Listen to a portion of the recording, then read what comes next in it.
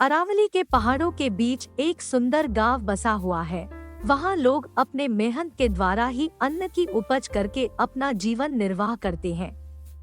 पशुपालन और कृषि उनके जीवन का अभिन्न अंग है। वह मनोरंजन के लिए ताश खेलते हैं, मुर्गियों का युद्ध कराते हैं और महिलाएं टोकरी बनाना, जुड़ा बनाना आदि छोटे मोटे लघु उद्योग का कार्य करती है। गांव के बाहर एक कच्चा कुआं है।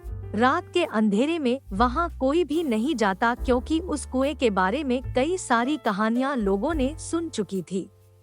कुछ लोग कहते हैं उस गांव के कुएं के पास बहुत सारे भूत रात को पानी पीने आते हैं। कुछ लोग बताते हैं कि एक दिन राहगीर उस कुएं में गिरकर मर गया था और उसकी आत्मा अब वही भटकती रहती है और कोई जाता है तो उसे मार डालती है। न जाने कितनी ही कथाएं उस कुएं को लेकर बनाई गई थी, किंतु कोई भी व्यक्ति शाम के बाद उस रास्ते नहीं जाता और ना ही उस कुएं के पास। एक दिन की बात है, गांव में लोग आपस में उस कुएं को लेकर बात कर रहे थे। उसमें एक लोहार भी शामिल था। उसने सभी की बातों को काटते हुए कहा कि भूत नहीं होता और मैं भूत को नहीं मानता हूँ।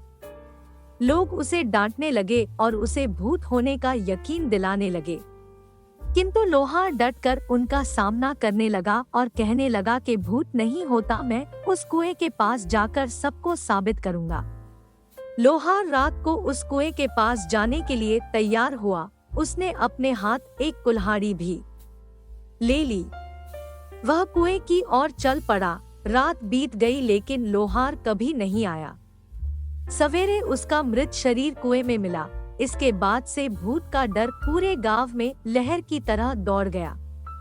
गांव के बच्चे अब शाम होते ही डर के मारे अपने माता पिता के पास पहुंच जाते। एक समय की बात है, एक फौजी अपने घर छुट्टी पर आया हुआ था।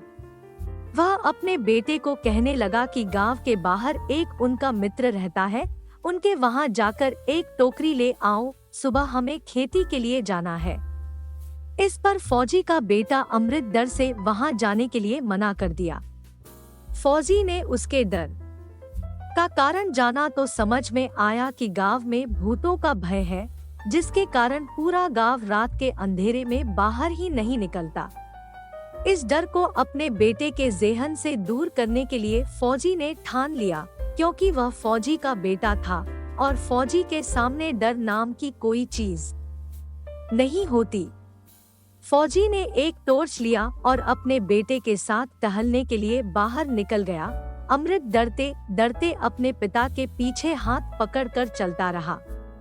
फौजी अपने बेटे को लेकर उसी कुएं के पास पहुंच गया, जहां की कहानियां सभी लोग सुनाया करते थे। फौजी ने चारों तरफ टॉर्च मार कर देखा, वहां पर कोई नहीं था। अमृत को उसने बोला, देखो यहाँ कोई है। लोग यूं ही डरते हैं और बच्चों को भी डर आते हैं, किंतु दूसरे क्षण कुएं में से किसी के तेजी से चढ़ने उतरने की आवाज सुनाई दी। इस पर फौजी ने कुएं में टॉर्च मारकर देखा और अमृत को दिखाया, देखो कुछ नहीं, इसमें ढेर सारी पक्षियां हैं जो हमारे यहाँ मौजूद होने के कारण वह सतर्क हो रहे हैं। अब धीरे धीरे अमृत का भय टूटने लगा और उसने अपने पिता का हाथ छोड़ दिया। अमृत निडर होकर वहां घूमने लगा। उस दिन के बाद अमृत निडर हो गया था। वह रात को भी उस कुएं के पास चला जाया करता था। धीरे धीरे उसके गांव से उस भूत के भय का भी अंत हो गया। लोगों के सामने अब भूत की केवल कहानियां ही थी।